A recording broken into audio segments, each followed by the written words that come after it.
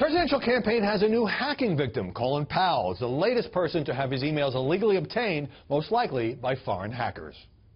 A website with suspected ties to Russia has released private emails from Colin Powell that strongly criticize both candidates for president. Former Secretary of State Colin Powell took a healthy swing at both candidates in emails that were stolen and posted by a website called DC Leaks. Joining us now is James Rosen, Fox's chief Washington correspondent and editor of the forthcoming book, A Torch Kept Lit, the selected writings of William F. Buckley. James, we in the media used to engage in a bit of hand-wringing about these illegal hackings and the awful invasion of privacy, and now it's sort of, well, Colin Powell got hacked, that's too bad, hey, let's move on to the juicy stuff. True, and part of that is because the tempo at which these kinds of large-scale or prominent hackings are occurring is itself accelerating. And we're taking it for granted. It's becoming a norm, really. It's becoming commonplace, and therefore we kind of skip over the ethical concerns? Well, there's one ethical concern at the very beginning, which I do think all media have endeavored to uphold, and that is verification of the authenticity. There's a difference between readily publishing a false and hacked, a false one versus a real one. In this case, Powell kind of short-circuited that by confirming these were his emails. Now, for anybody who's been on vacation, in these hacked emails, Powell called Donald Trump a national disgrace, among other things. He said everything Hillary Clinton touches, she kind of screws up with hubris. And then he said that Bill Clinton was still cleaning this up, blanking the bimbos at home, according to the New York Post. I love that he has the sourced. Yeah. Yes. For any news organization, how do you not report that when everybody else is? Does that become impossible? Virtually, yes. When even the most prestigious outlets are struggling to lure clicks away from cat videos, you're not going to make a point of avoiding something salacious and interesting like Colin Powell's private emails.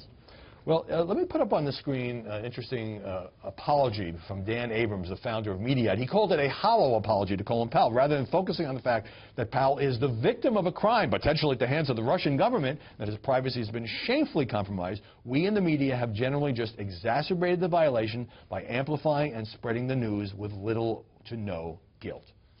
So we feel at least a little guilt? It's always healthy to feel a little guilt. I've known that since I'm a child. Right. I would say that Colin Powell was in public service. That doesn't mean that he should have considered himself a likely target of hacking or that he's not a victim here. But the injunction upon all of us to watch what we say in emails has been upon us for about 15 years or 20 years now. They say make love by email and make war by phone.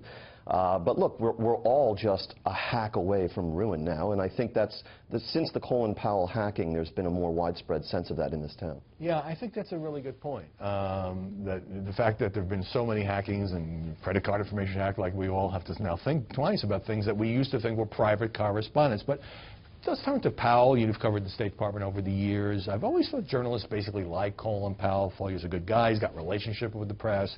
And he's generally gotten good coverage, except that time during the Iraq War when he was trying to sell the weapons of mass destruction. Do you think reporters kind of relishing this story, taking Colin Powell down a peg or two?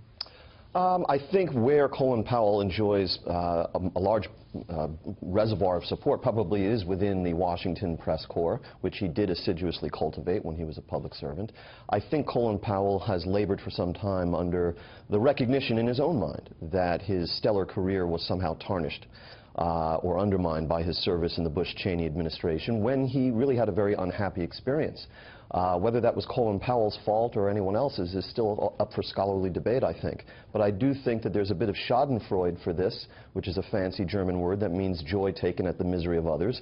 And it was the same for the Sony executives and for everyone else until it happens to you, and then it's not so funny. Right. It's very funny, and especially the gossipy parts, until it happens to you, someone you know, someone who's not expecting to get targeted. I think that's the takeaway here, is that this is the new normal, the new reality. James Rosen, thanks very much. Thank you, Howie. Great to see you.